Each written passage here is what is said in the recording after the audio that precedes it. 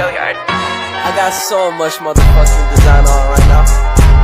Break it down, bring it back, make it clap. I got 3 old thoughts, new block, wear that thing. Bitches on my line, and you know.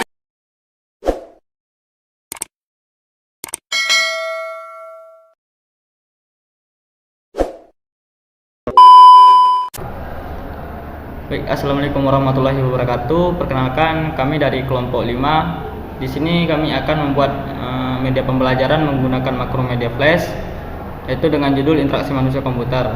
Baik, di sini dari profil kelompok, di sini kami beranggotakan 3 orang. Yang pertama ada Laila Safwan, kemudian ada Erna Julida, dan saya sendiri Rafiq.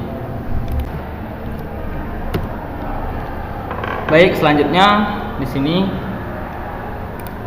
saya akan menjelaskan pada media pembelajaran ini apa-apa saja yang telah kami masukkan. Yang pertama di sini ada klik start untuk mulai.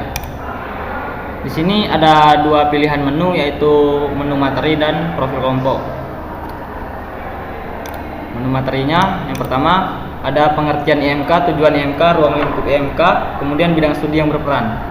Selanjutnya pada pengertian IMK akan dijelaskan oleh Erna Julida.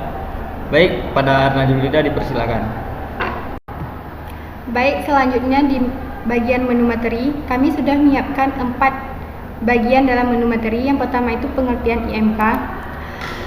Pengertian interaksi manusia dan komputer. Interaksi merupakan komunikasi antara 2 atau lebih objek yang saling mempengaruhi satu sama lain. Materi yang kedua itu tujuan IMK. Apa tujuan dari interaksi manusia komputer? Yang pertama itu menghasilkan sistem yang bermanfaat. Yang kedua ada fungsionalitas. Yang ketiga ada keamanan. Yang keempat ada efektivitas dan efisiensi. Menu materi yang ketiga ada ruang lingkup IMK. Ruang lingkup interaksi manusia dan komputer. Interaksi manusia dan komputer memiliki 3 komponen, yaitu manusia, komputer, dan interaksi. Ketiga komponen tersebut saling mendukung dan berkaitan satu sama lain. Yang pertama itu ada hardware, software, dan bandware. Komputer merupakan peralatan elektronik yang meliputi hardware atau perangkat keras dan software perangkat lunak. Seperti yang kita ketahui bahwa prinsip kerja komputer terdiri dari input, proses, dan output. Manusia merupakan pengguna atau user yang memakai komputer. Biasanya, interaksi manusia dan komputer ini terjadi melalui suatu tampilan, interface atau antarmuka, seperti yang ditunjukkan pada gambar di sini.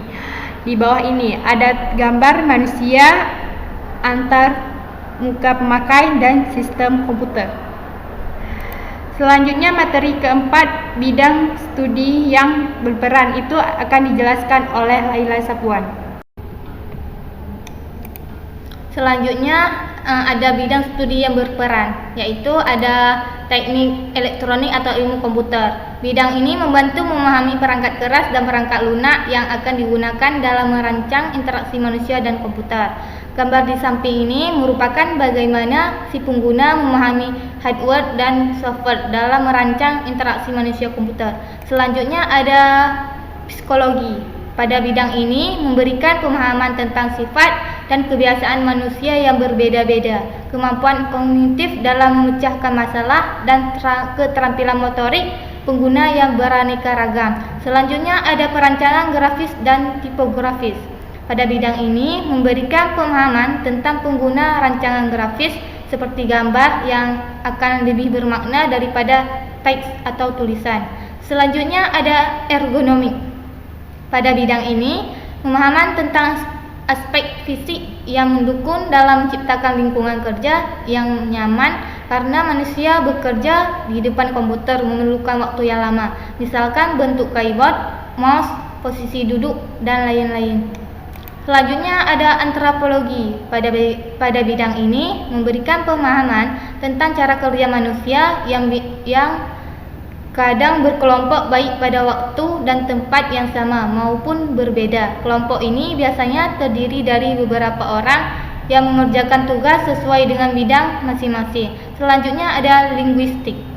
Linguistik ini merupakan ilmu yang mempelajari tentang bahasa. Bidang ini akan membantu dalam menciptakan suatu dialog yang diperlukan untuk komunikasi yang memadai antara user dan komputer. Dialog di sini biasanya menggunakan bahasa khusus, SP, bahasa grafis, bahasa menu, bahasa perintah, dan lain-lain. Selanjutnya ada sosiologi. Pada bidang ini memberikan pemahaman tentang pengaruh interaksi manusia dan komputer dengan aspek sosial masyarakat. Selanjutnya yang ke-8 ada rekayasa perangkat lunak. Pada bagian ini, faktor ini yang bisa menciptakan suatu program yang efektif, efisien, serta user friendly. Selanjutnya ke-9 yaitu kecerdasan buatan.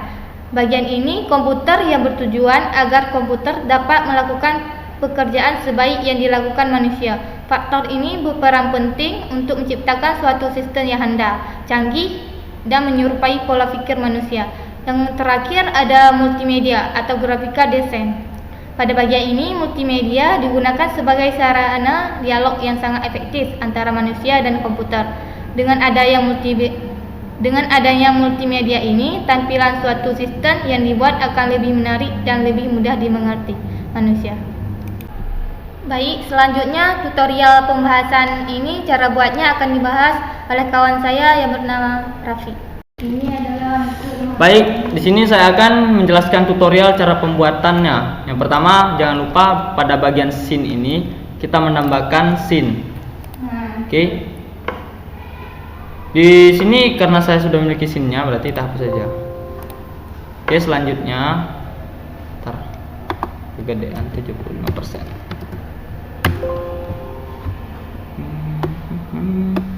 Oke, pada bagian pembukaan itu pada timelinenya jangan lupa itu ada beberapa yang harus dimasukkan. Yang pertama ada background.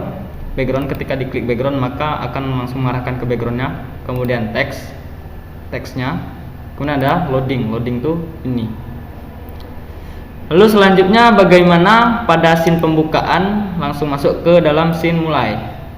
Oke, di sini kita menggunakan yang namanya action. Berikut adalah actionnya. Sini pada timeline global function, kemudian pada timeline control klik 2 kali go to end stop, kemudian isi pada scene ini. Di sini diisi scene-nya akan mengarahkan kemana. Oke, selanjutnya dari scene mulai masuk ke dalam scene menu.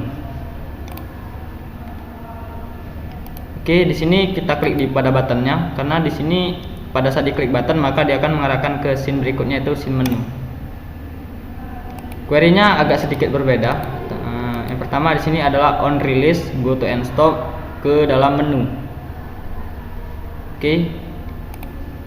Selanjutnya dari tabel dari mulai ini masuk ke menu, kemudian sini pada button kita lihat actionnya sama saja, namun cara pengarahan ke scene berikutnya yang berbeda. Oke, selanjutnya saya akan menjelaskan tentang ini pembuatan loadingnya bagaimana. Pembuatan loading 50%.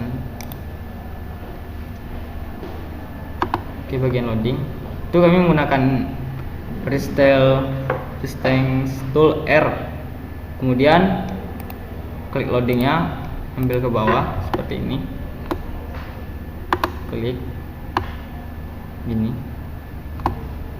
Nah, pada bagian ini kita tinggal tambahkan keyframe di sini, insert keyframe, kemudian pada bagian sini insert blank keyframe. Oke. Baik, hanya segitu pembahasan dari kelompok kami. Bila ada kesalahan dalam perkataan mohon dimaafkan. Saya tutup. Wabillahi taufiq wal hidayah. Wassalamualaikum warahmatullahi wabarakatuh.